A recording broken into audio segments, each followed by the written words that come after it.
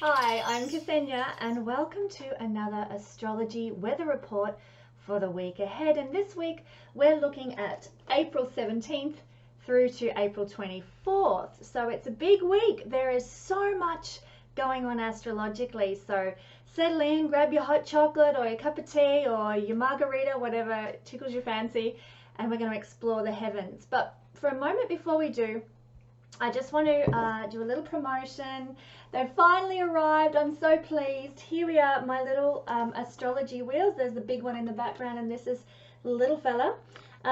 This guy, he spins. He's like this. He will spin, and he has these magnetic removable planets that you can put wherever they currently are in the chart. So that's fantastic. And the other thing I wanted to show you, give me 2 seconds here. I need 4 hands to be able to show you all that I want to show you with this little bloke, but and I'm going to be writing left-handed here, so bear with me, but this can be written on, which is really fantastic. So we can write, you know, love notes if you want to, or you can actually draw aspects between planets and or make some sort of notes, whatever you like, and rub it off again so that you've got a clear space for next time. So it's actually a lovely little tool to teach other people with. It's on a wooden spinning base, and it's metal with magnetic planets. So I've had so much fun designing this and getting it up and working. I hope you enjoy it. If you would like to buy one, all you need to do is contact me through the contact form on the Astrology Readers page, and or send me a message, and we can arrange for one of these little lovely numbers to head your way if you're interested in buying one. So now that we've done a bit of advertising, let's get stuck into the astrology, the real reason we're all here. Well, these are the energies. I'm going to use my notes because there's just so much to explore in this week's sky.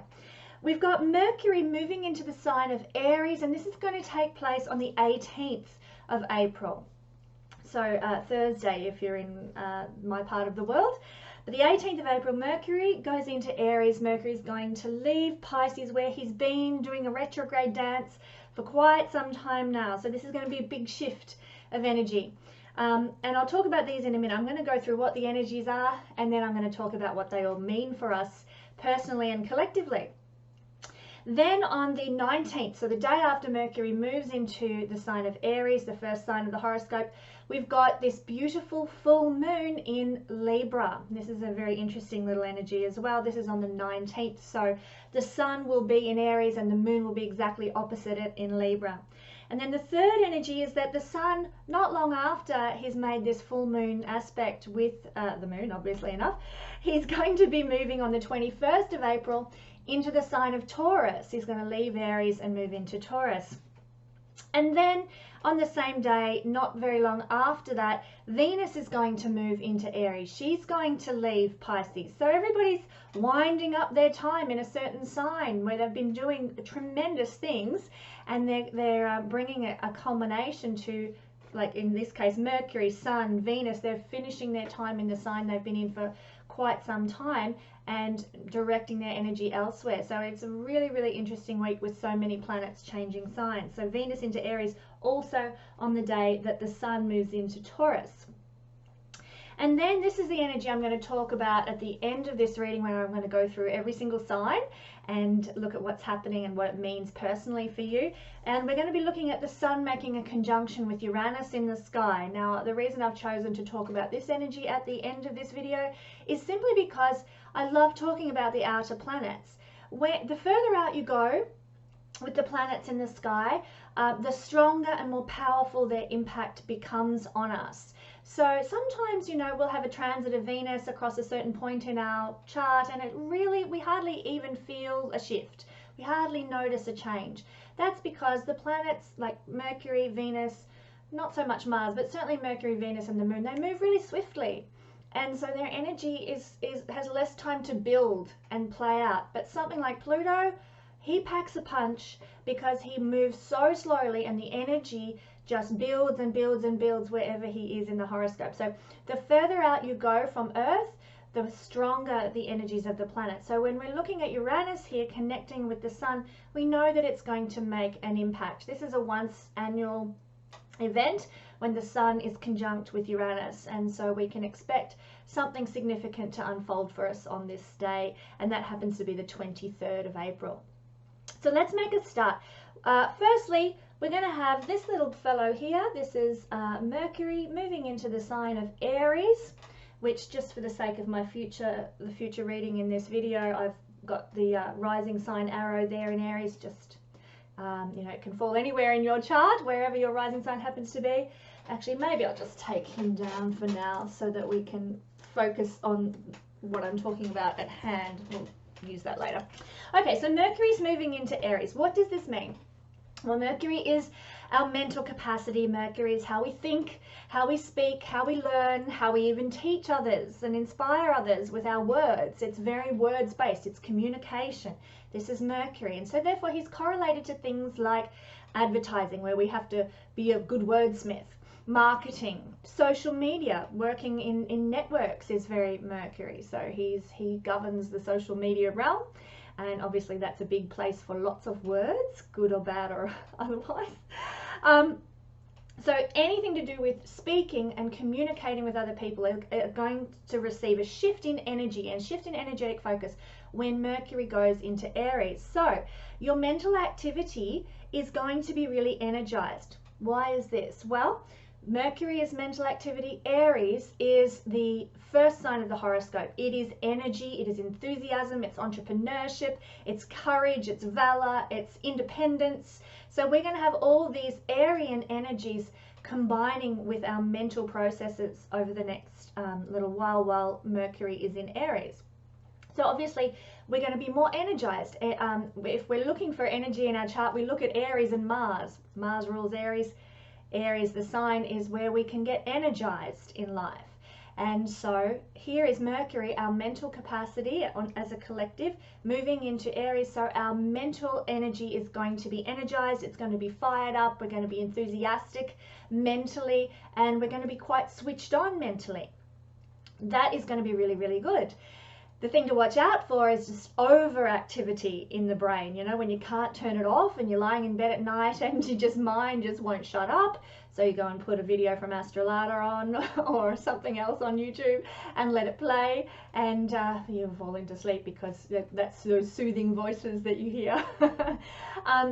But this is what we're talking about here. Mercury in Aries means your energy, your mind is going into overdrive. It doesn't have to mean, you know, you're going to lie awake for hours, but your mental activity is going to be increased. You're also going to be more courageous. This is a quality of Aries. It's the warrior. It's the god of war. It's the hero. It's the knight in shining armor type energy and archetype. So in goes Mercury into this archetype, and so suddenly you're going to become more courageous, more valiant, if you like, with your speech. And this is a great thing to have happening collectively at the moment. We know we've got up here Saturn, Pluto, and the South Node are all conjunct up in the sign of Capricorn. And so we're seeing a lot of upheaval. I talked about this recently with Heather from Beyond Astrology. We're seeing a lot of upheaval in the skies, but playing out on the earth, as above, so below, regarding hierarchies and structures and things where you know, the governments and the authority figures are gripping onto their sense of control and power. I talked, well, I'll use an illustration. In Australia, we have a wonderful, there's a wonderful YouTube channel run by a Melbourne University, ex-Melbourne University lecturer, regarding, you know, he's exposing the corruption in our country and also in other countries around the world, including the United States, where I know a lot of viewers are. This YouTube channel is called The Juice Media. I highly recommend checking it out. But he is exposing the corruption that is at the root of white-collar crime and political crime that is unfolding in every country. Not just, we think third world countries are corrupt. We think third world countries are struggling with grasping at power in the political systems there. It's happening at every level in every country. And this wonderful website, which I really would promote, he's doing a fabulous job, such a good job at exposing to the general public in a very satirical, humorous way the underbelly of political corruption. He's doing such a good job at this that the government in Australia attempted to pass a bill, it didn't succeed fortunately, but attempted to pass a bill to prevent anyone from criticising the government. What's that sound like? It sounds like Nazi Germany in the 1930s, or any government where there's no freedom of speech. And so this is occurring, and this is all part of the movement that we're seeing with Pluto in Capricorn, and particularly being triggered now with the nodes and with Saturn. But I mention this because while this is playing out, while this is going on, we've now got Mercury moving into Aries, and my sharing this online is probably a very good forerunner or example of what this is going to be about. People will speak out courageously about corruption, about the things they see that are unfair and unjust in the world. People are going to use their words now and their communication to be courageous, to be warriors, to be fighters for a just cause, as Mercury now moves into the sign of Aries. So if you are passionate about something that you really feel you need to speak out about, be wise, be cautious. We live in interesting, quite dynamic and changeable times due to this happening up here in the chart. But do take the opportunity, if you can do so intelligently and with wisdom, and and try and employ some integrity as well. This is a time when you can speak courageously what needs to be said. Now, that said, we also need to watch out for a war of words. Mercury in Aries. Aries is the god of war. Mercury is words and speech. So watch out for wars of words. Now, this can be, we'll probably notice it maybe at a political level, on the, up in the mainstream media and so forth, but it can also happen in the home. It can also happen in the family. It can also happen in the workplace.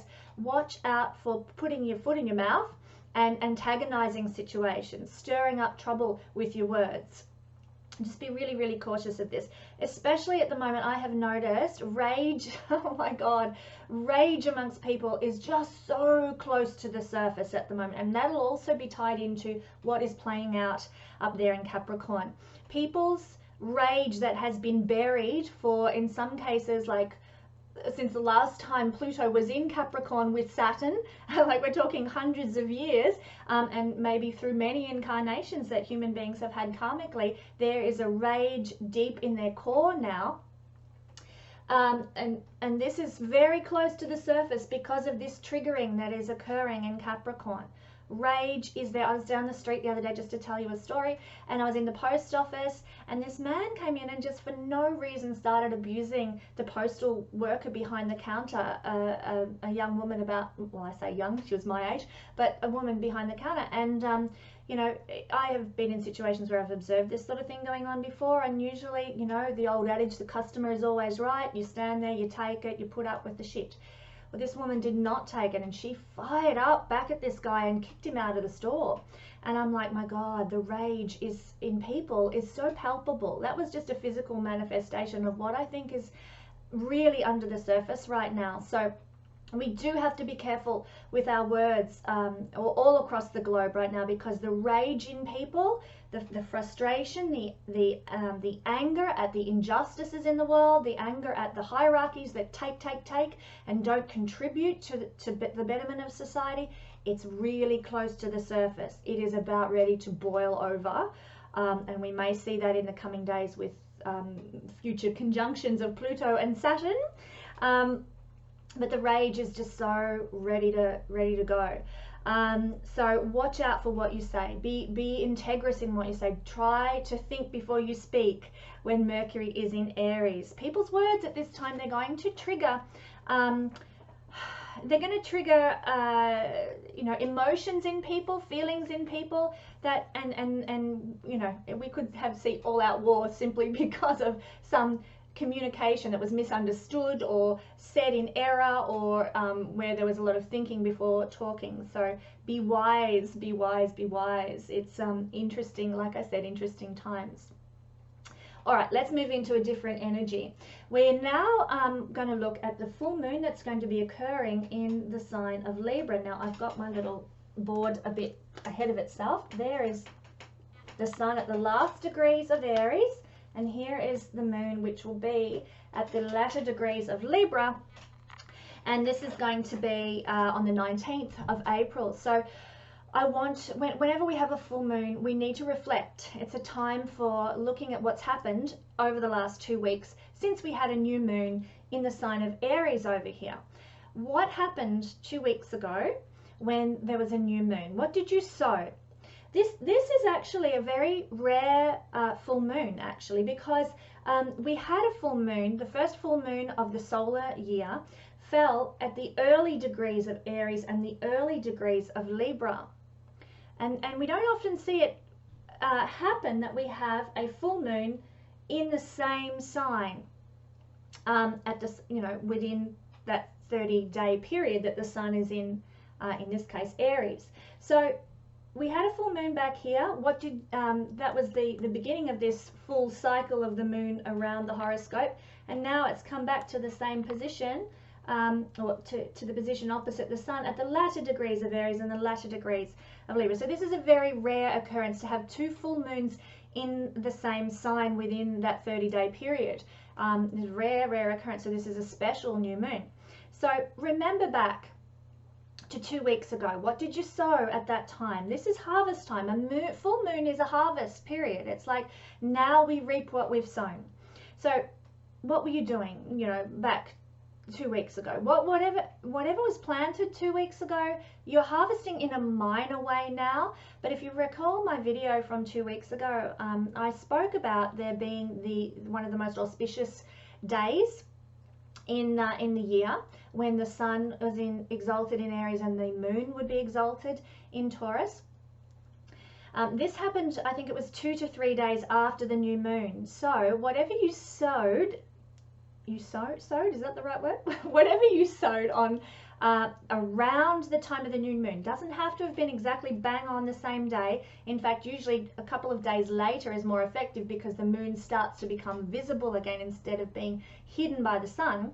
So whatever you sowed around that time of that great auspicious day when the two luminaries were exalted, that is what is going to blossom and grow and bear fruit for you over the next year.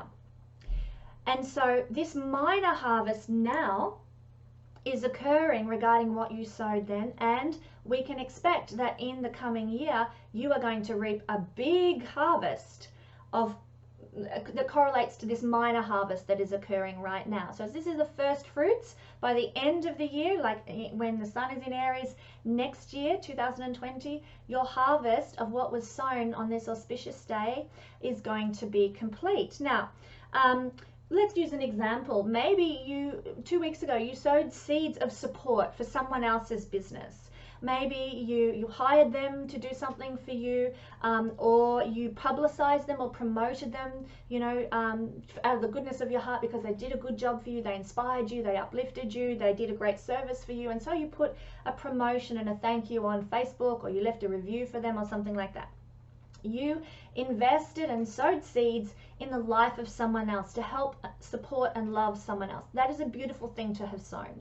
And so you could be reaping now a minor harvest from that, where your own business is feeling more abundant at the moment, and you're feeling blessed, and somebody's promoted your work or shared a review, done a review on your services, and it's come back to you. The harvest has come back from the seeds you sowed 2 weeks ago.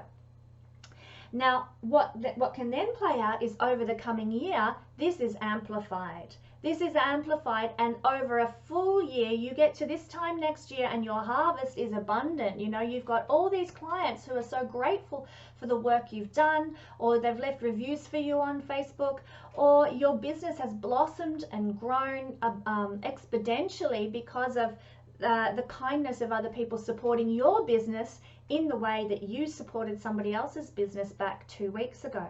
So do you see how this works? Whatever you sow, you will reap. If you want to sow hatred and bitterness and anger towards people, well, you'll be receiving a minor harvest of that right now, and the harvest is only going to grow for you with those things over the coming year. So let's do a review now at this time of full moon. Full moon's a great time to review. What did you sow 2 weeks ago that you're now reaping a harvest of? Can you correlate anything and see the linkages? And then you know what to expect in your life over the coming few months towards a full moon, a full year harvest season. So that's the energy of the moon that I can see playing out. Now, the next thing we wanted to look at was the sun moving into Taurus. So I'll just move him into Taurus. There he is. He's very, very close to Uranus there at the moment. Let's sit him straight. Okay, the sun represents our confidence. The sun represents our ego, our self-love, our creativity as well. And our self-expression is seen by the sun. It's where we shine. Wherever the sun is in your chart, that's the area of life pertaining to the house placement. That's the area of life that you will shine and glow in. Now, I'm not going to go through what it means to have the sun in each separate house, but maybe down the track I'll do a video on that sort of thing. But that's where you're going to shine. And so we are going to be feeling now with the sun and our confidence, representing confidence, ego, da-da-da, in the stable, solid sign of Taurus. We're going to feel more stable, more loving, more steady towards ourselves and towards others. So this is actually a beautiful benefit that's going to come into play after Mercury moves into Aries, and with all that volatility. The sun might be just saying, okay, put your ego in check, calm down, don't let yourself be too oversensitive and get out of control here. Let's go steady. So this is going to happen a couple of days after after Mercury moves into Aries. A couple of days later, on the, what have we got, the 21st, the sun will move into Taurus, and this will steady the ego play. Taurus is very solid, very calm, very strong, and self-assured. So we're going to get a bit of a relief. But those 2 days in between, watch out. Careful of that foot in the mouth. Especially if your ego is getting triggered, you'll tend to put your foot in your mouth with your words a bit more readily. So just be careful on those couple of days in between before the sun moves into the sign of Taurus.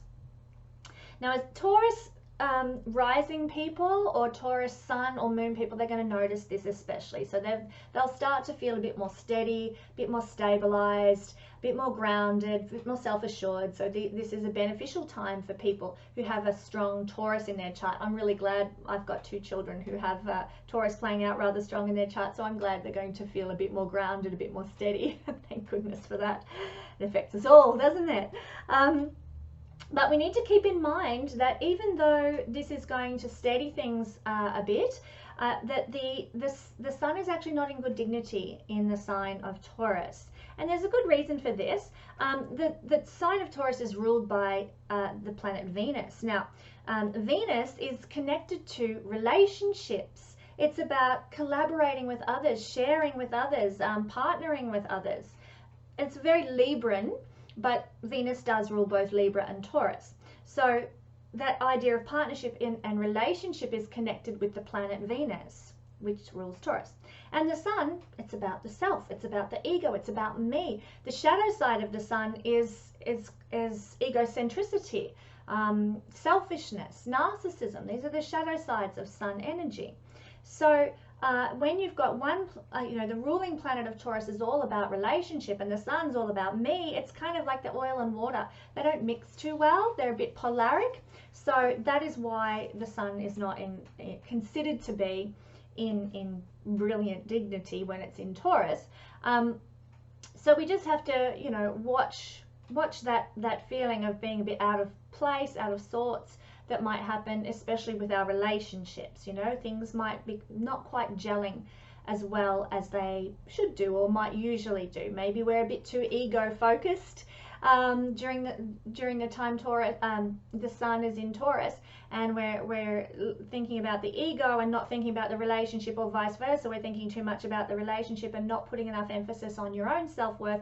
So it's like oil and water, things aren't mixing as well as they should, but with consciousness we can integrate the two better.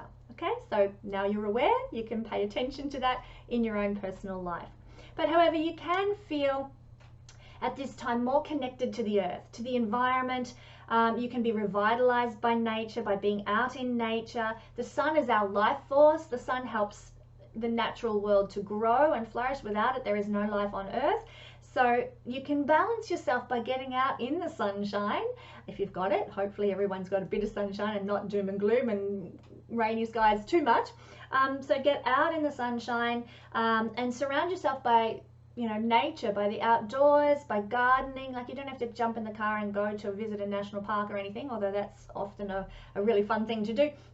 But by gardening, by doing a little veggie patch on your balcony, eating organic food, or directing your life force energy, remember the sun is our life force energy, towards anything sustainable in your life. So creating a more sustainable approach to you know, the food that you eat, growing your own, or recycling things, doing things that are better for the earth. It's a really great time while the sun is in Taurus to redirect your energy, your life force, to making things more sustainable in your own life, as well as the community and in the environment in general. So it's a good time to focus on those things.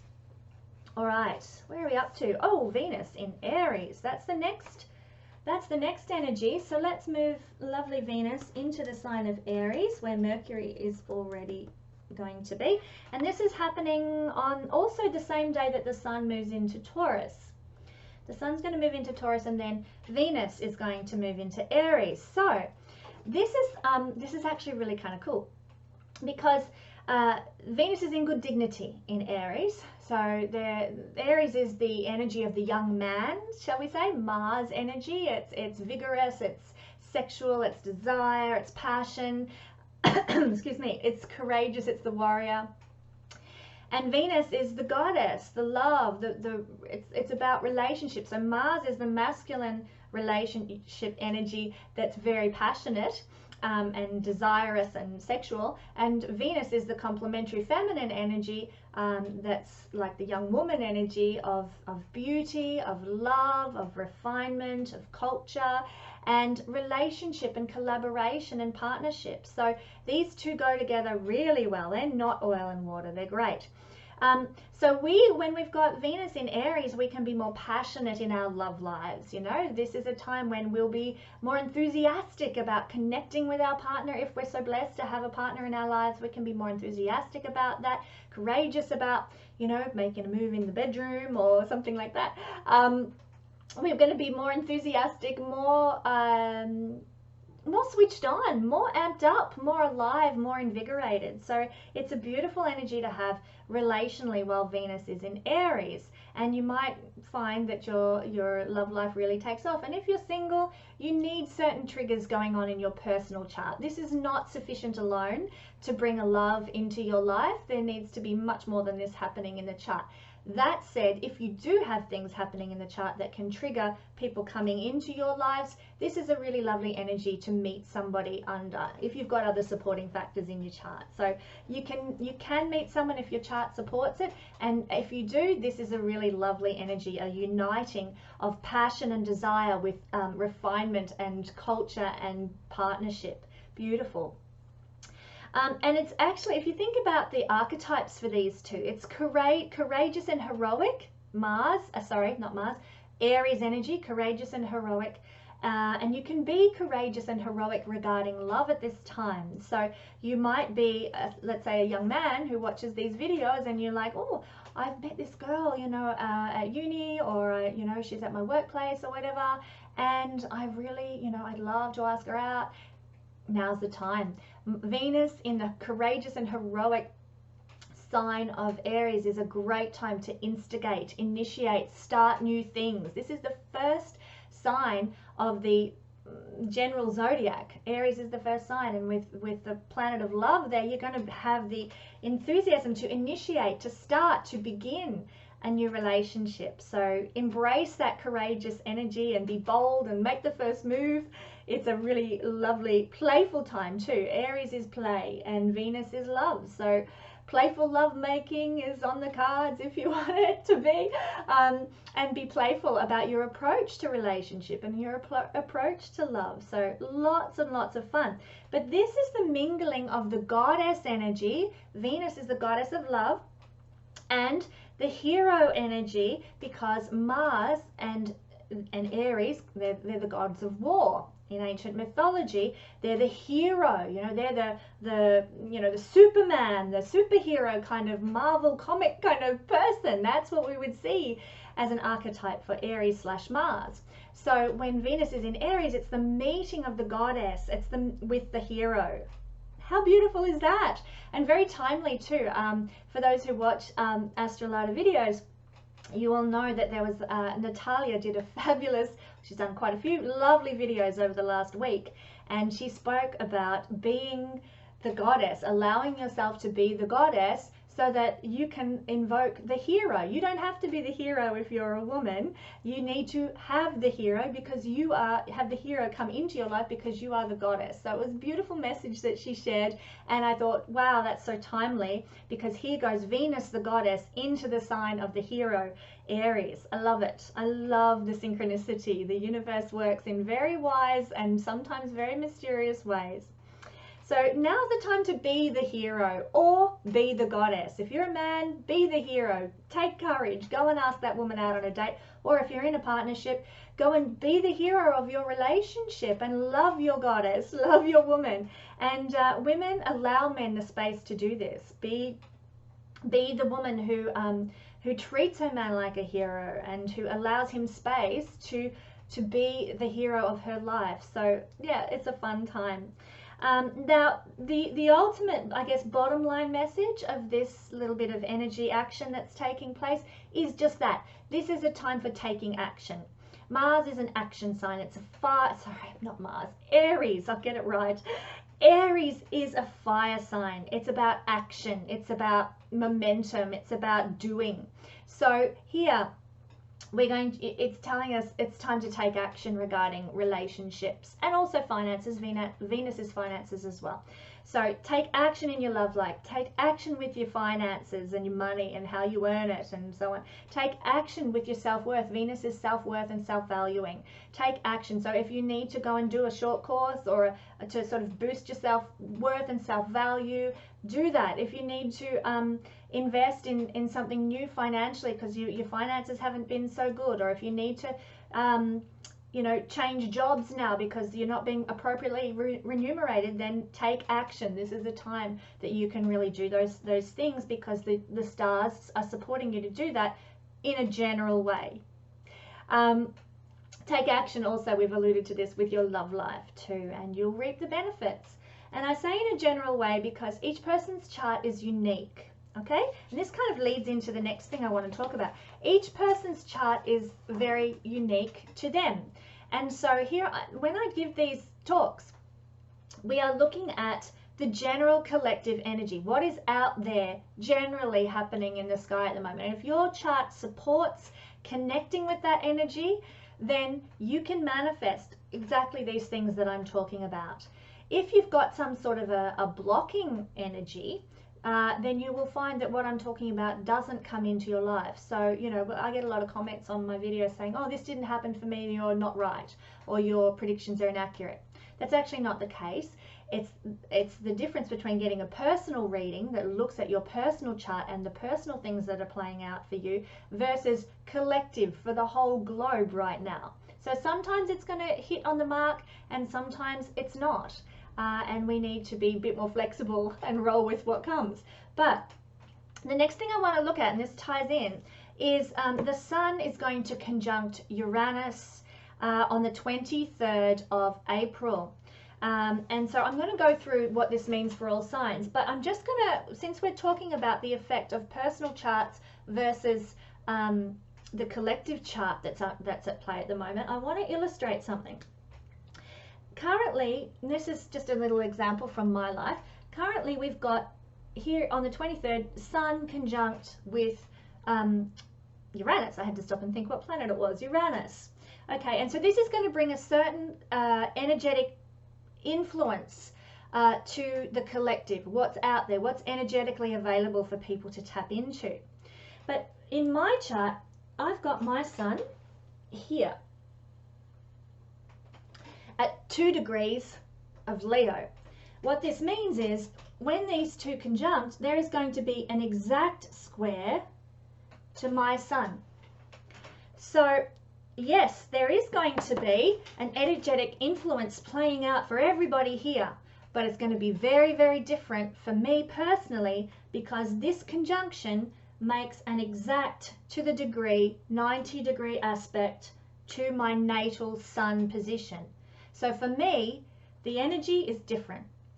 And for you, like maybe you've got your moon here, maybe you've got your moon up here, squaring it from this direction. Maybe you've got your moon exactly opposite. Maybe you've got your Mercury opposite.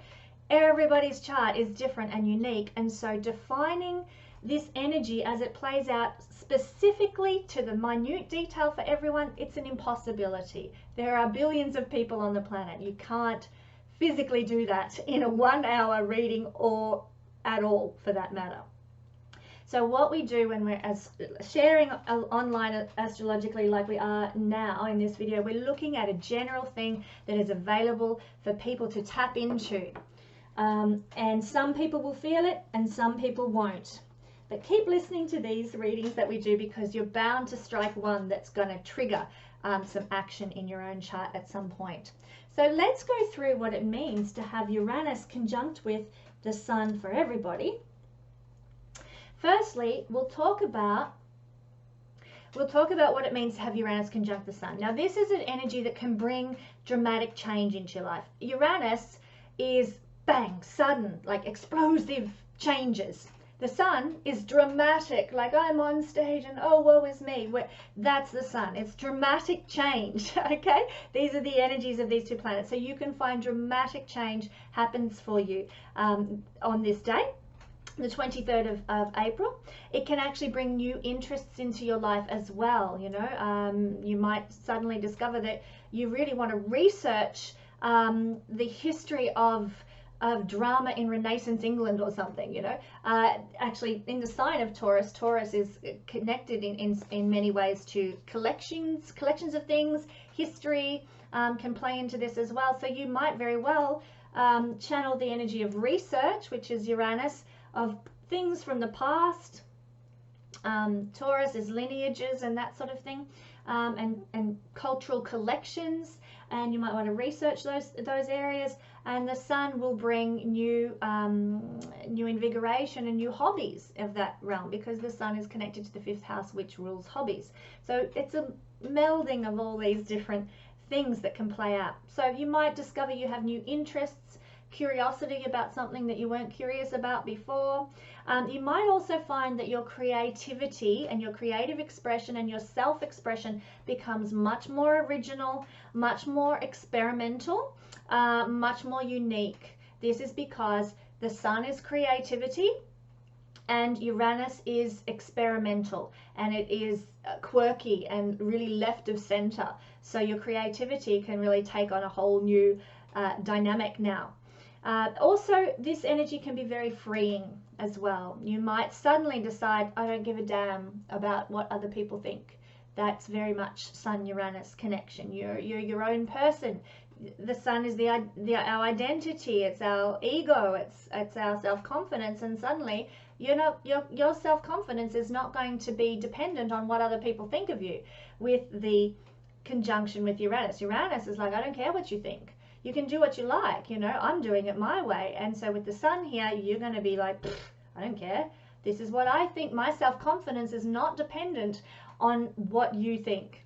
And this is the big, strong take home that we can grasp from this energy.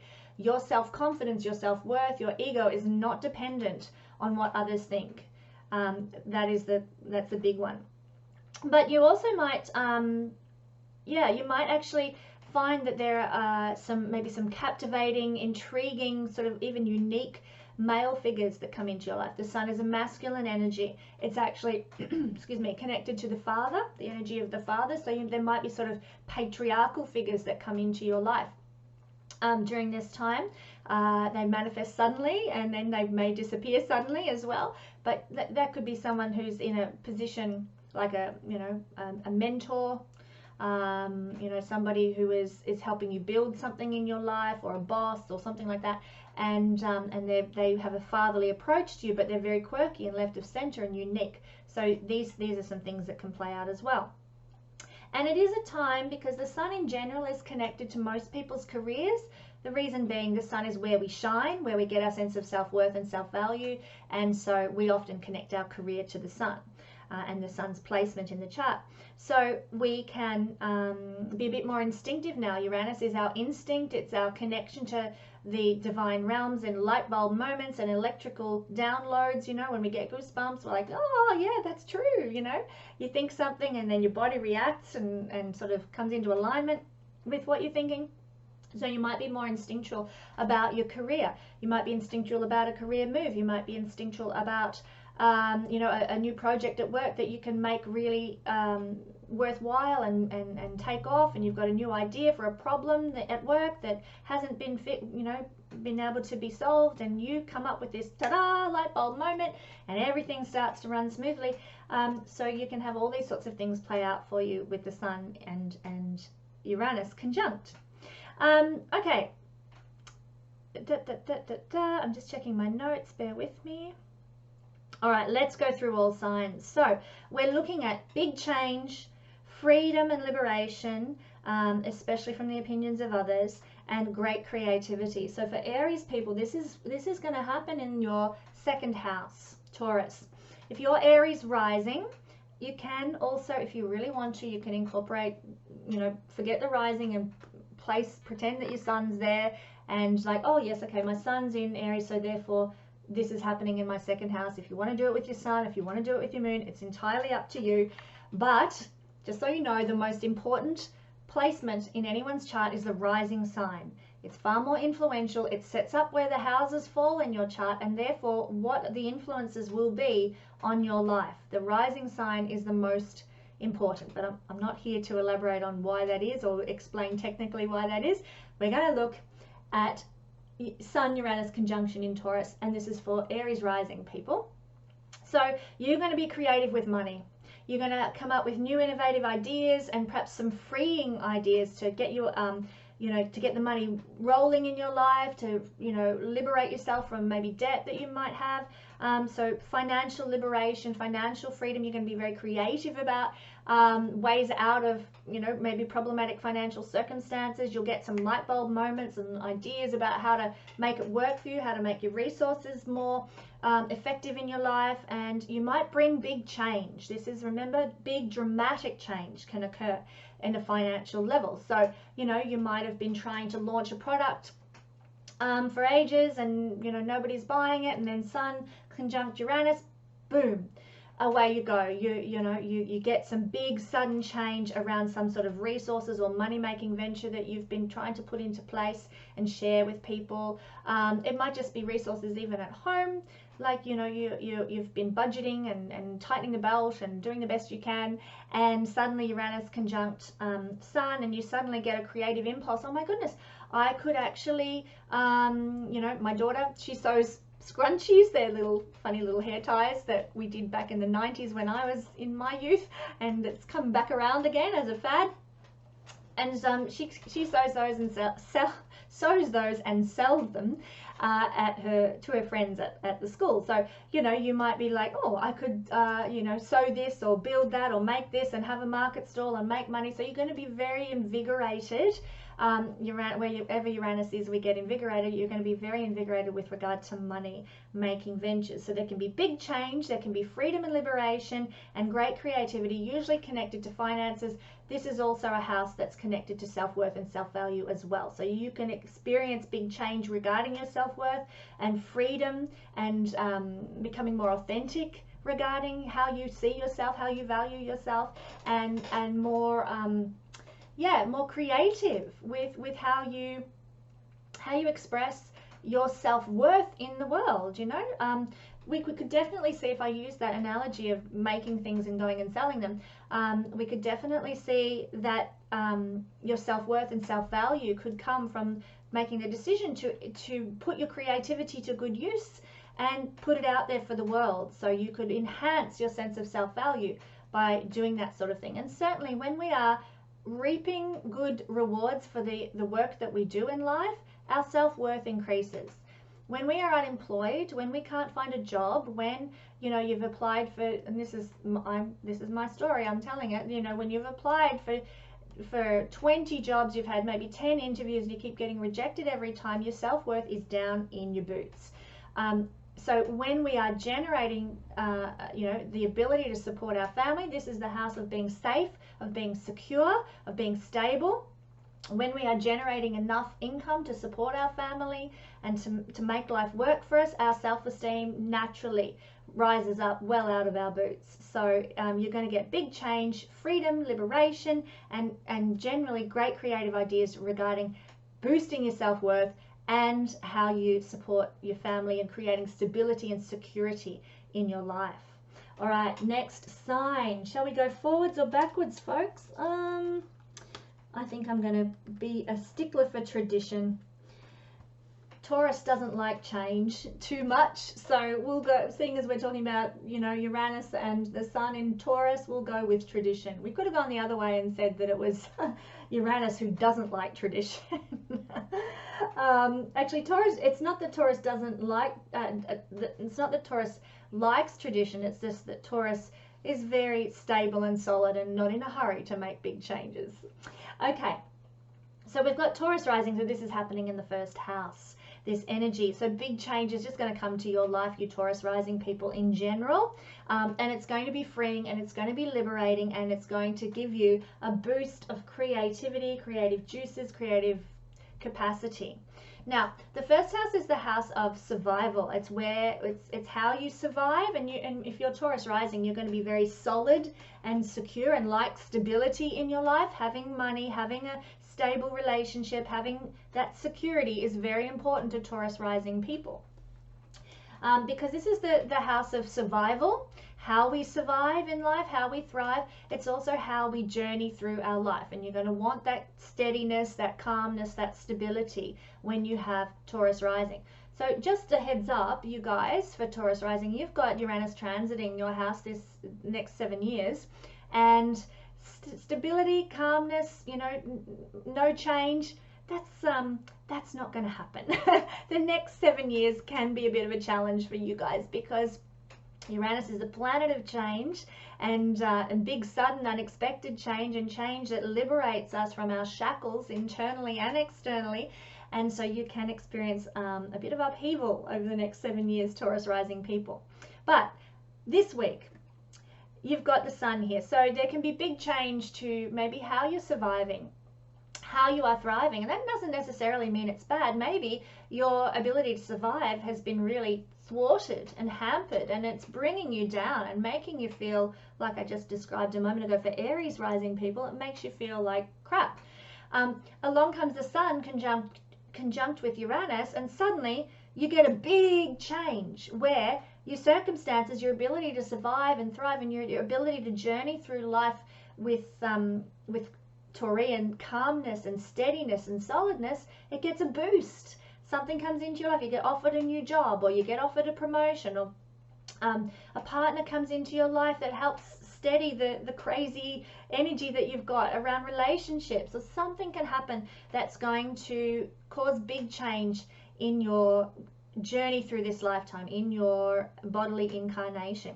It's going to be freeing, it's going to be liberating. You're also not going to worry so much about what will other people think. This is a good thing. And creativity. This is a very creative house. It's your house, the first house. So your creativity is going to be really amped up, and you'll probably have creative ways, creative ideas for how to make your life journey more blessed, more wonderful, more prosperous, more abundant. The sun is going to give you that life force energy that you can put to creating a more stable, solid journey for your future. So it's a really good time where you'll be invigorated a great deal on this day regarding your stability and your ability to survive and thrive. Next, we want to have a look at Gemini rising people. So Gemini rising people, it's going to sit? No, it's not. That's right, Gemini, Sagittarius axis, they like to move around, and so does my board when it gets there. So for Gemini rising people, obviously this energy is going to fall into the 12th house, and this is where big changes can occur spiritually for you guys. So, you know, Gemini rising people, they've got Uranus there for the next 7 years in their house of spirituality, house of divine creativity and divine miraculous sort of touching the hem of his garment kind of healing that we can see in the 12th house. So you can experience with this connection that's going to occur big change spiritually. You might get, in fact, I'd nearly put money on the fact that Gemini rising people are going to have big spiritual insights in the coming week with this connection. They're going to suddenly, you know, those times when you're like, aha, everything finally makes sense. Finally, I get it. Now I know why. Spiritual insights that are going to help you on your evolutionary journey and help you leave karma behind. This is the house of karma. So this is a very, very powerful connection that's going to occur for you guys, Gemini rising. So big change spiritually, karmically, you're going to get insights, maybe a redirecting of your spiritual trajectory can also happen as well, but it's going to be liberating. So there's nothing to fear with this. You're going to get insights that empower you, that set you free, that make you more authentic when we have this connection happening. It's also going to give you a great capacity for creativity, because this is a house of divine creativity. We're talking like the kind of music that takes your soul to another dimension. That's created in 12th house energy. So you, with the sun, the most creative, it's the most creative planet, because it is like, look at it, it's look at the sun in the sky. Literally, it causes life to flourish on earth. It is a creative energy force. So here is the creative energy force combining with unique, eccentric, brilliant creative energy of Uranus in the house of divine creativity. Gemini people can expect downloads of creativity that are out of this world when this conjunction happens on this day.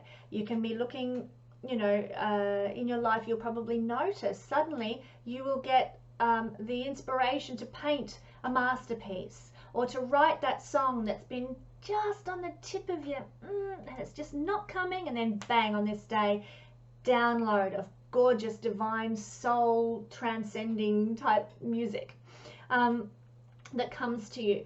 Or any other type of creativity, you know, a book or a film or a photograph, or anything you create, a beautiful new dress or whatever you like to create, but it can come to you in waves of divine download around this time when the sun conjuncts Uranus in the 12th house Taurus. So also for Gemini rising people, like the 12th house is divine healing, miraculous healing.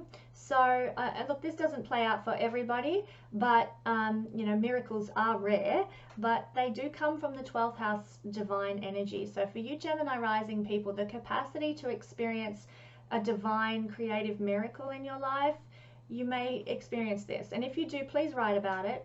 Please write about it on this video in the comments section, because it's important that we share these kind of really dynamic energies such as divine miraculous healing with the world, so we understand how they work better. So divine healing in a miraculous, liberating, freeing way can occur, particularly at a soul level, for Gemini rising people. Okay, and it will be linked to karma, I will just add as well. Cancer rising people, okay, this is putting the energy into the 11th house. So there can be big changes with your friendships, you know. Maybe you've had a best friend, you've been best friends for 20 years, and this energy comes along and you're like, whoa, this energy, this friendship's now got a totally different dynamic, you know. Maybe you want to have a bit less to do with them, although generally you'd need Saturn playing in that would sort of restrict and block and maybe even end the energy of a friendship. But There can be a big change to friendships that's going to be freeing and a bit more making the friendship authentic. So that might mean ending a relationship or a friendship. It may also mean going deeper with the friendship, establishing it more. You might have an experience like Thelma and Louise. You know, I'm not saying you're going to drive off a cliff, but Thelma and Louise type thing where you bond greater, deeper, in a more powerful way due to some circumstance that you find yourself in. 11th house energy, and it'll be sudden and it'll be unexpected. This is Uranus with the sun.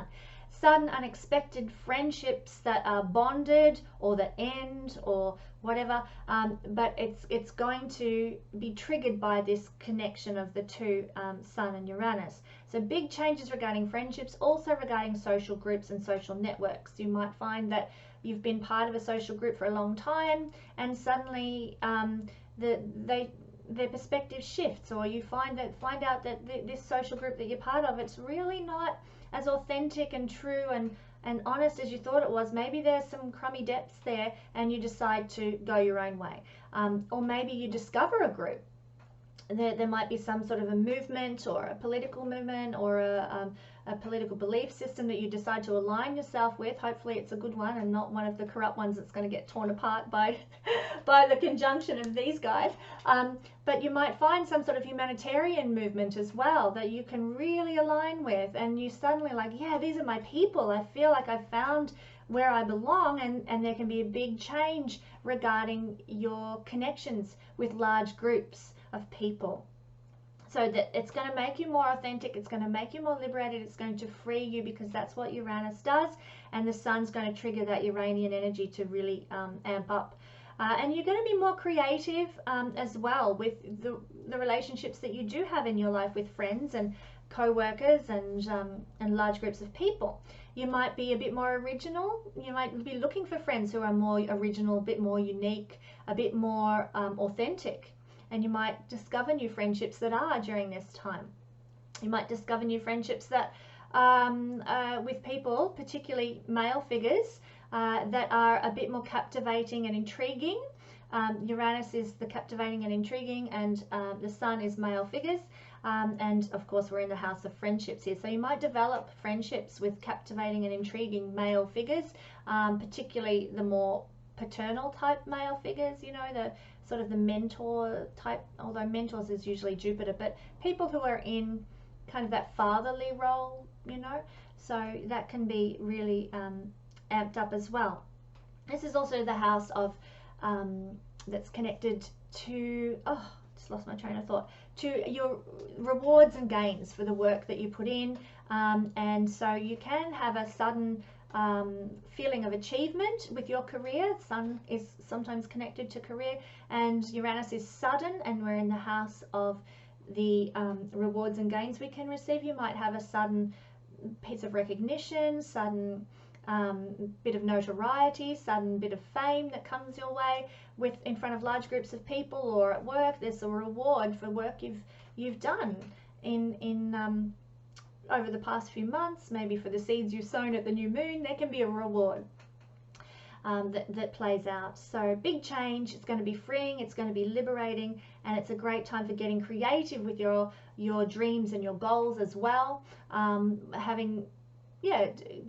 Doing some brainstorming about how you're going to achieve what you want in life, and you get some light bulb moments about how to really make it happen, how to creatively head along the road you need to go in order to make your dreams and goals manifest. You're going to have some insights, some wisdom regarding these sorts of things, and they may even come from these male figures that I mentioned, that provide you with the inspiration that you need to head creatively down the road you've got to go on. So let's make a look at Leo. Now the sun rules Leo, so this is for you Leo rising people, this is the energy of your ruling planet combining with Uranus. So it's kind of double whammy for you guys. It's playing out in your 10th house, but it's also the ruler of your 1st house. So the energy is going to be quite, has the potential to be more felt and more noticed by Leo rising people. So in the 10th house, big change with career. You can experience a change in trajectory with career. You might get a promotion. You might also, whatever happens, it's going to be freeing. It's going to be liberating for you. It's going to help you be more authentic in the workplace. The thing with the 10th house, it's not just connected to, well, in fact, you know, we often say, oh, the 10th house, it's career. And that conjures up images of working in a big high-rise office and climbing your way up the corporate ladder and all that. But that is not career for everybody. The true wordship, I suppose you'd call it, of the 10th house is where we long to leave a legacy and how we long to leave a legacy for the world. This is the legacy that we desire to leave. So I always use this illustration, actually, of say a young woman who's working as a barista. She's paying the bills by working as a barista. She's chatting to people. She enjoys her job. She loves it, but it's work. It pays the bills. It helps her to do what she wants to in life, and you know, pays the rent and stuff. And what she does is she grabs her guitar after work and goes down to the pub and plays music and tries to sell CDs that she's made, because the legacy she wants to leave the world is this beautiful ethereal music that she's created, you know, acoustically on her guitar, singing away like Norah Jones or something. This is the legacy that she wants to leave. That is her 10th house, not the barista, not the work, not the climbing the corporate ladder, not being head of a mining company. It's the legacy that you desire to leave the world. And so here we have Leo rising with this energy playing out in their 10th house, and it's all about the legacy they want to leave. There's going to be a big change, maybe a big shift. Maybe you've always wanted to leave a legacy of being the next Norah Jones and selling amazing, beautiful CDs. And that's maybe the legacy you wanted to leave. And maybe when the sun conjuncts, your ruling planet conjuncts with Uranus in the 10th house, you might get a shift that says, no, I think I want to now do this to be my legacy. Might be I want to actually be a fashion designer, because the music, I love it, but really my soul is happiest, my heart is happiest when I'm at the sewing machine designing fabulous new garments and clothes to wear. So there can be a big change, a big shift that helps you be more authentic to what you really want, to get in touch with the truth within you about the legacy that you want to leave the world and how you want to impact the world, as seen by the 10th house. You can be much more creative when this transit occurs regarding the legacy that you want to leave. You'll have new innovative ideas about how to work towards leaving that legacy that you want. Let's call it a career, whatever, it's the legacy. This is also the house of authority figures and bosses, people in charge, in rulership, high social status, because that's what a lot of people are aiming for in life. The legacy they want to leave is a position of influence on the, leave a, to be in a position of power and leave a legacy in the world. And so with that masculine energy here in the 10th house of the Sun conjunct Uranus, you might find that the bosses or the influential authority figures in your life become more creative or unique or quirky even, and suddenly you discover new creative quirky authority figures in your life. Might be a boss, might be there's a CEO and might be a manager of a department, and you get to know them, and it's like, my God, they're really left of center. I really like their energy. And you discover a new authority figure that is actually really quirky, really eccentric, really someone that you're like, yeah, I like them. That they feel in alignment with me. So these are the sort of things that we can notice. But it's going to be bring change to a very important house in your horoscope, and it will affect the ongoing journey of your body through life, because this is your the ruler of your first house, of your body's journey through life. For you Leo rising people, just so you know though, this does happen annually. It's not a rare alignment of the two. Just say you had Uranus transiting your natal sun position, that is a once in a lifetime experience. That doesn't happen frequently. This is annual. So the energy is there, but it's the build up, the weighting, the empowerment of that energy is not quite so intense as some other transits would be. So you'll notice it, but it might not be the whiz bang, suddenly I'm head of the company kind of energy that you might be expecting. Keep that in mind.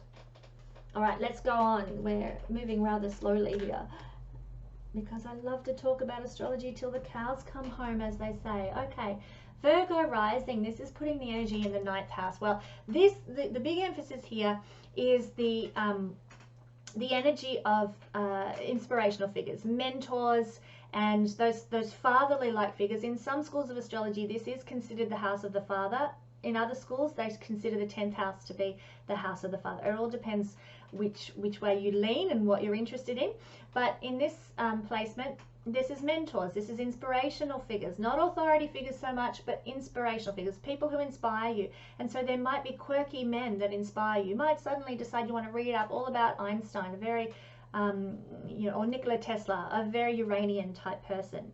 And you get inspired by reading up about this guy. Wow, what an incredible life he had, and didn't he do amazing things, and why haven't we utilized all his incredible inventions in the world, and so on and so on. That's another story. But you're going to be inspired by these quirky, creative, Uranian style individuals when you've got the Sun conjunct with Uranus in the 9th house of mentors and inspirational figures, gurus, people that you admire and respect. And so you might also, they might come into your life, you might discover somebody new who inspires you. It might also be somewhat of a freeing and liberating, maybe from a mentor who really wasn't helping you be your best self, wasn't helping you be authentic and real. This can be the case. There's many examples of people who've attached themselves to guru figures who were really doing the dirty on them and weren't authentic and weren't real. So Sun conjunct Uranus can trigger a liberation from those circumstances and a freedom from those circumstances. Of course, the 9th house is connected to religion as well, so there can be a period of enlightenment that occurs on this day regarding religious brainwashing or being sort of not authentic, not real, not in the truth with your beliefs. This is a house of beliefs. The 9th house is a house of beliefs. So Uranus is going to be transiting this house for you for the next 7 years, and so you will be liberating belief systems that are outworn, that don't serve you, that are not authentic and true and real, where you've had the wool pulled over your eyes. Uranus will set you free. Uranus will break the blockages that are there to true spirituality, and release you from being mired in outworn religion. So this is going to be enhanced on this day, this Uranian energy of releasing those blockages, allowing you to be free, and it'll probably come through some sort of a mentory kind of person, Sun masculine energy. There's also, so it's very freeing, and there might be a big change of direction with your thinking and your ideas regarding beliefs, regarding your knowledge and your wisdom and your ability to incorporate that into your life for your Virgo rising people. This is also a very lucky house. The 9th house is luck and good fortune. It's connected to the idea of Jupiter, and this connection of Uranus and the Sun is a highly creative one when the two combine, and so there might be a creative approach to making your own luck. Really, you might get inspiration about how you can, be a bit more lucky in life, so to speak. I'm not saying everyone runs out and buys a Tats Lotto ticket or anything like that, but you might actually, think, well, maybe if I invested in this company, you have to have something going on in your investment houses in the horoscope as well. But maybe if I invested in this company, then that could reap me some reward. And then this energy comes along and goes, boom, luck, good fortune. You've thought creatively, you've been a bit left of center with how you can, expand your luck. Boom, the energy comes back to bless you. So luck, you might notice a bit of luck and good fortune come your way on this day as well. 9th house, it's also the house of higher learning, where we can access wisdom that is not just about learning to be a hairdresser or a cabinet maker or using our hands. It's wisdom and knowledge that we access for up here. So you might with Uranus here develop an interest in astrology over the next 7 years, but the Sun coming into connection here can actually bring like I said in the beginning, in the intro to this, new interests. So you might discover new avenues of astrology that you're fascinated by. You might get into astrology for the first time and start discovering, oh my God, this is actually real, this is true, this is a thing.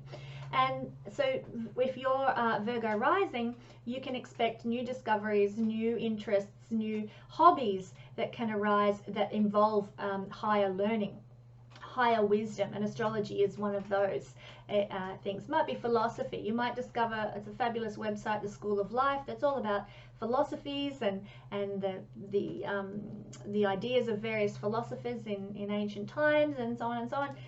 You might discover that and you develop a whole new interest in philosophy, and it becomes a new hobby for you or something. But anything involving higher learning that can become an interest and a hobby with the Sun conjunct Uranus. All right, let's move along. We're looking at Libra rising now. Libra rising is going to place this energy, whoa, too far, in the 8th house.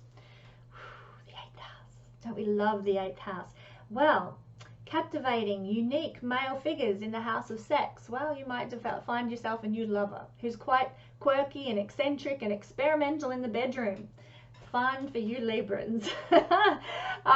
If you're a woman, or if you're a man for that matter as well. You might find a partner who's really wants to play.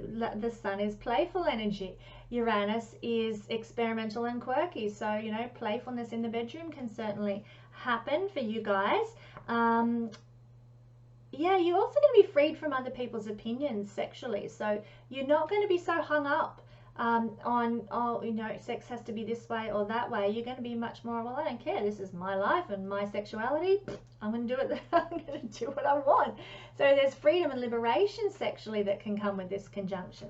Quite a really dynamic energy, these two. There can be dramatic changes to your views of sexuality, actually. You might become a bit more liberated with your views and your ideas about what you can and can't do. And so, it can be very, what's the word I'm looking for? I keep coming back to authentic, but you're going to be more in tune with your own sexuality because of this transit. This transit happens every year. It's an annual transit, but it doesn't always happen in your sign, your 8th house, I should say, Libra, the sign of Taurus, for you. So this is actually the first time that these two will connect in your sign, and in fact, they're only going to connect about 7 times in this sign during the transit of Uranus. So it's a 1 in 7 experience. 1 in 7, yeah, this is a 1 out of 7 experience that you'll have, Uranus and the Sun conjunct in Taurus, your 8th house. So throughout the next 7 years, this conjunction is going to serve to help liberate you, set you more free, make you more authentic sexually and psychologically too. It's the house of therapy, the house of our psychology. And so over the next 7 years of Uranus's transit here, when the Sun conjuncts in this house, you're going to notice more freedom, more not being so weighed down by other people's expectations and ideas. Can bring dramatic change to your sex life as well. So throughout this transit, you might notice suddenly your sex life gets more invigorated. Uranus is invigoration and excitement, so your sex life can really amp up with this connection and become more. You might become more enthusiastic. This is our life force. The Sun is the life force energy. Without it, we can't survive. So you're going to really see sex in a whole new way, and your whole life force energy will be directed there over the coming month of the Sun's transit through Taurus. So yeah, you can expect invigoration, change, more life force energy directed towards your sexuality. Also towards, as I alluded to a moment ago, therapy. The 8th house is healing through therapy, and we all need to do this. I really am a big believer in therapy for the long haul, for the long term, is very cathartic and very healing for people.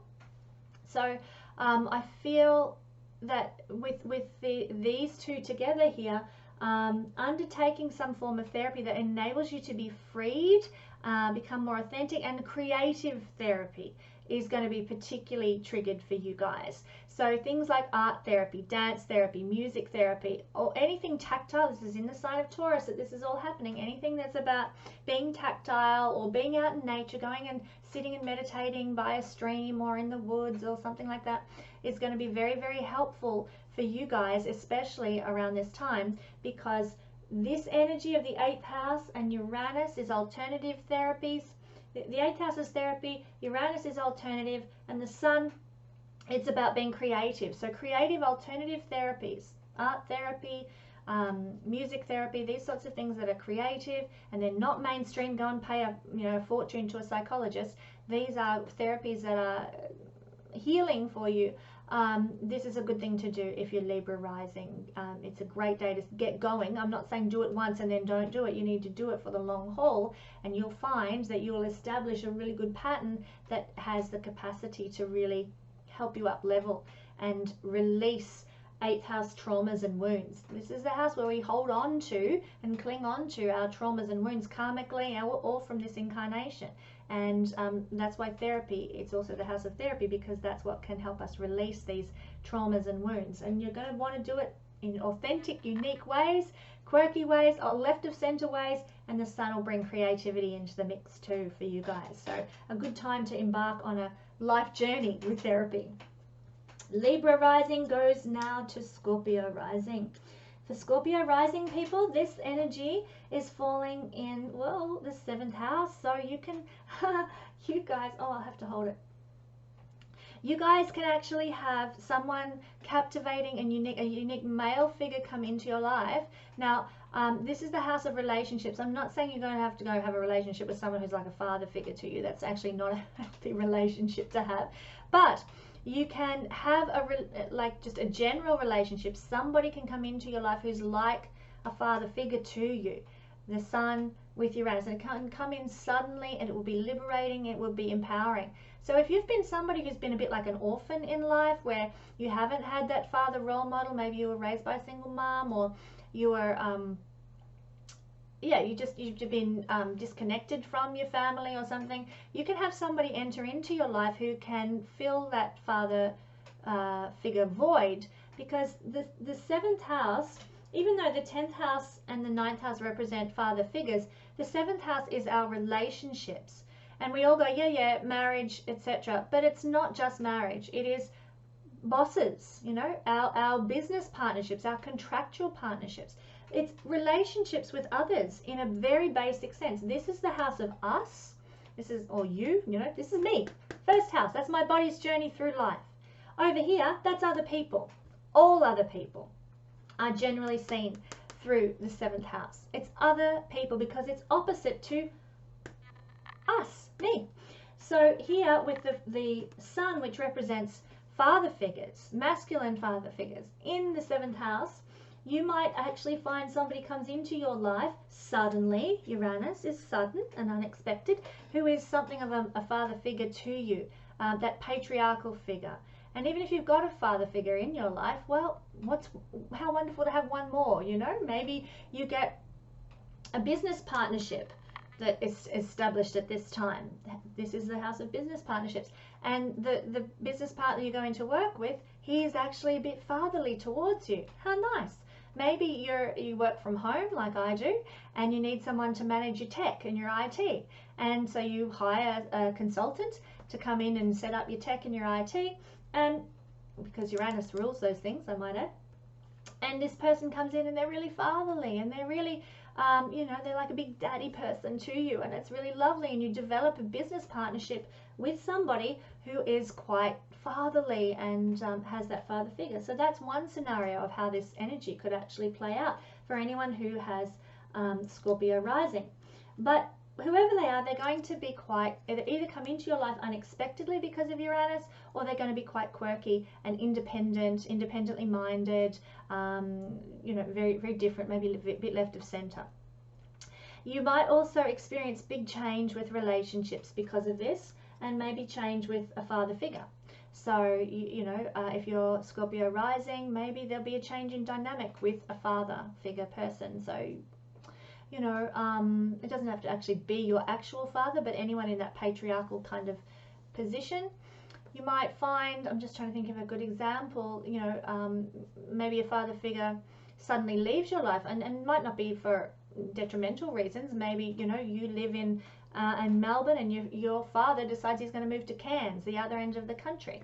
So there can be big shifts and big changes with the father when this energy arrives in the house of relationship.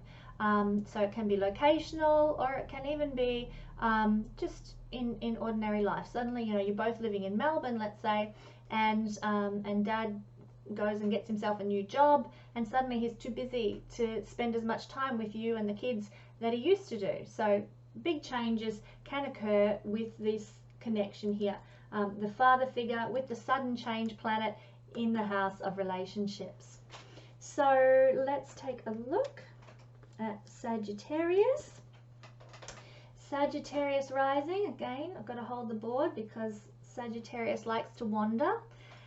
I'm just astounded that the board is a bit loose on Gemini and Sagittarius. Of all the signs that it chooses to go for a wander on, those two. The universe, gotta love it.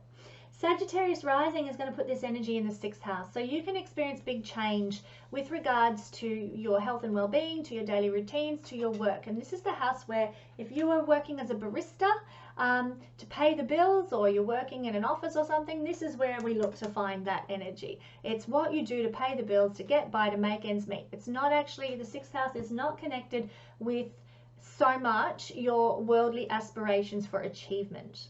Okay? So it's your daily work, what you do to, why you get up in the morning to go and, you know, pay that electricity bill that's skyrocketing and going through the roof if you live in Australia.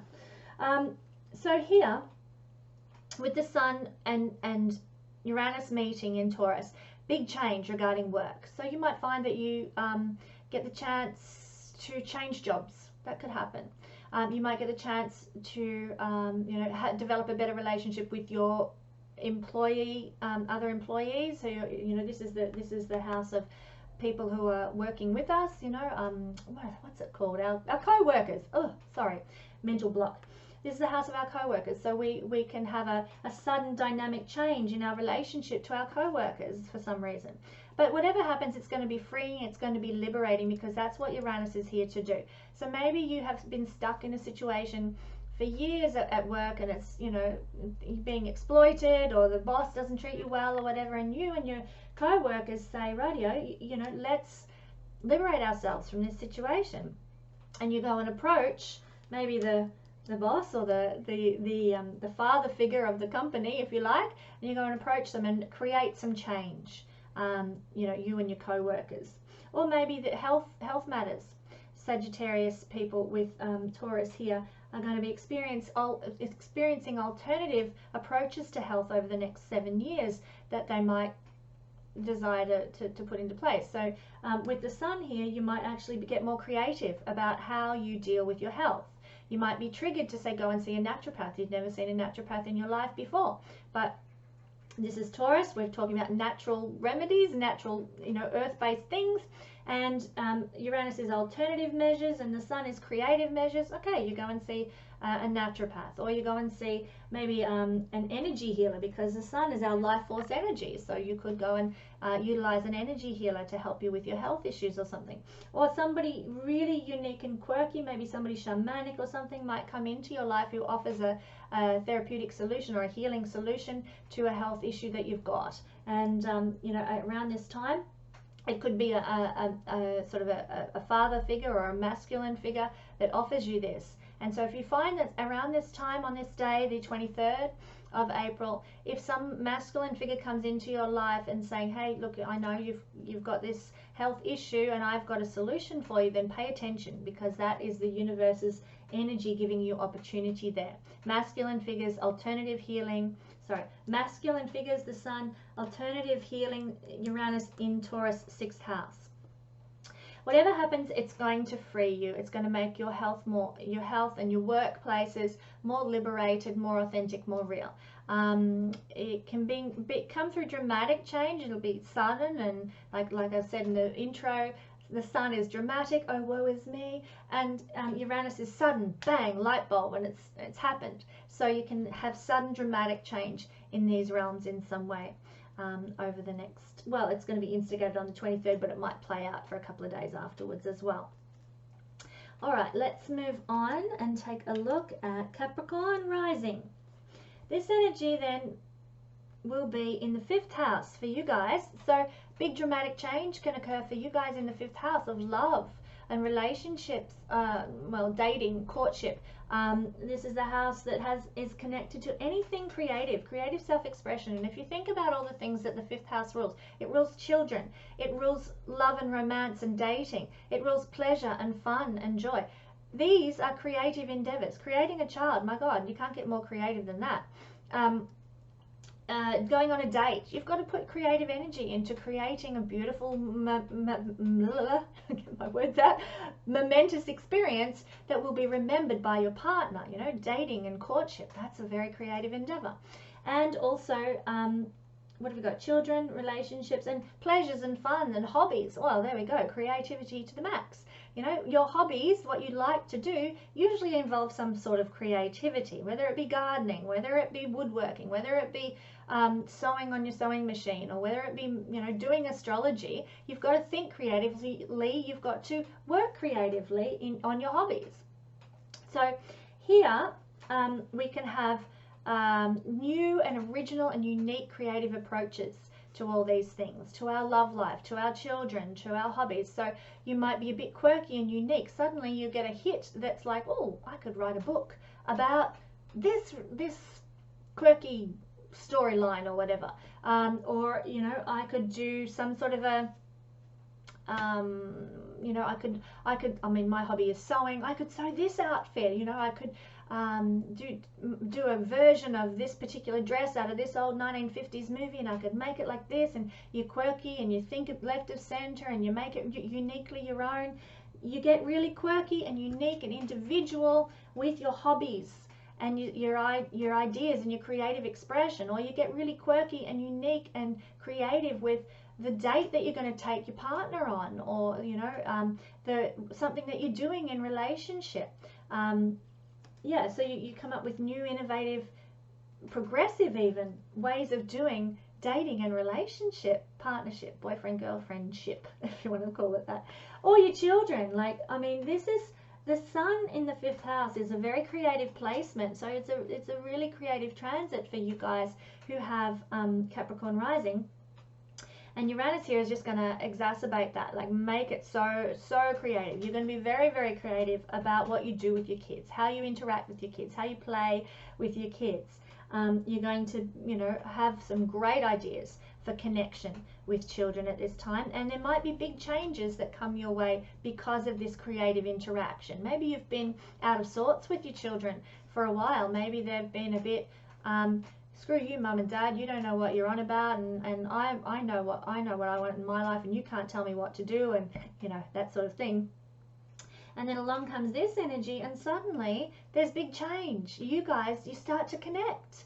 You go out for a walk in nature together, or you go for a, you know, a picnic or a bushwalk or something. Taurus is nature, and suddenly, all unexpectedly, there's a connection between you guys, between your children and yourself, that happens unexpectedly on this day through the invigoration of this creative energy and the energy for big dramatic change. So you can really turn a difficult situation with children or with lovers even around through the connection of these two playing out. Just checking my notes. Yeah, and of course this energy is very much about being freed from worrying about other people's opinions, particularly the opinions of people sort of in authority over us. So if your children have been being limited in life, not being able to access as much creatively as you would like them to, when this transit occurs, suddenly they might not care so much what their peers think anymore, and they might become a bit more independent thinkers, a bit more like, yeah, all my friends, my peers, they're all going and doing drugs or whatever, and I'm not going to do that, you know. I'm gonna move in the other direction. There can be innovative, big change that's going to make in your children's lives, that's going to make them more authentic, more free, more liberated, and set them more on a path to their future. So this actually is a really good transit to have if you've got children who are struggling and who are going through difficulty. This can really liberate them and help them to access their own sense of self-confidence and self-worth and creative expression. So for all you guys who are Capricorn rising, who've got kids who are struggling, you can really support them on this day, get behind them, go and spend some time together, and you might find that things really shift for your children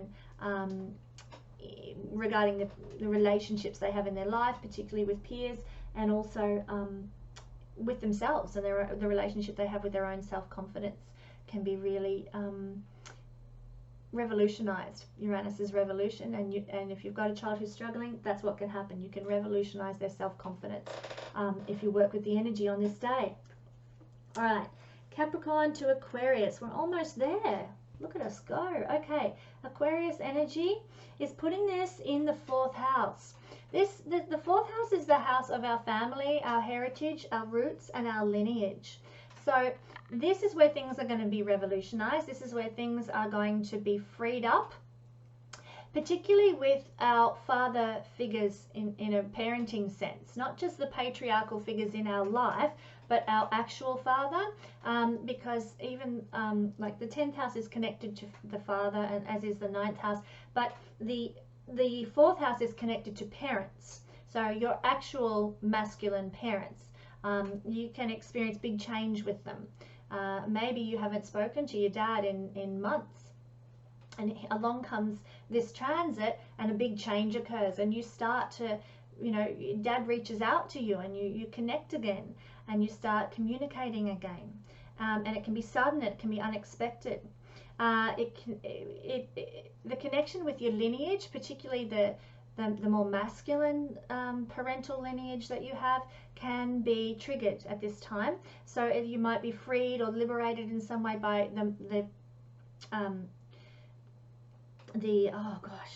but paternal lineage that you have rather than the maternal. This is a house of the mother, but it's also the house of, like I said, our lineage, our heritage, our roots, and our parents. So when the sun is here, the planet of the father, we're looking at the lineage, the heritage, the roots of the father, the paternal line that is going to influence us. And so we can be freed and liberated in our life, that's Uranus, by our paternal line in some way. So that could be your dad's mum, although there is another house that correlates to grandparents, a couple of different houses that correlate to grandparents, but the lineage is the 4th house. And so somebody in your lineage, some masculine figure in your lineage even, can come in and liberate you and set you free from outworn thinking patterns and behaviors, from ideas that have held you back. It's about breaking you free. Uranus is about breaking you free. So that can happen. It'll likely to be quite dramatic change with the sun involved as well. Yeah, you might even get, I'm just trying to think of examples, sorry about this. It's going to be quite deep for you guys, because this is a very deep house. It's the 4th house. It's the house that's lowest on for Aquarius rising people, the house that was lowest. So there can be some invigorating change to your deep emotional life as well, deep within. It's not so much karma, it's more the subconscious realms of your life, the deep bit of the iceberg below the water, so to speak.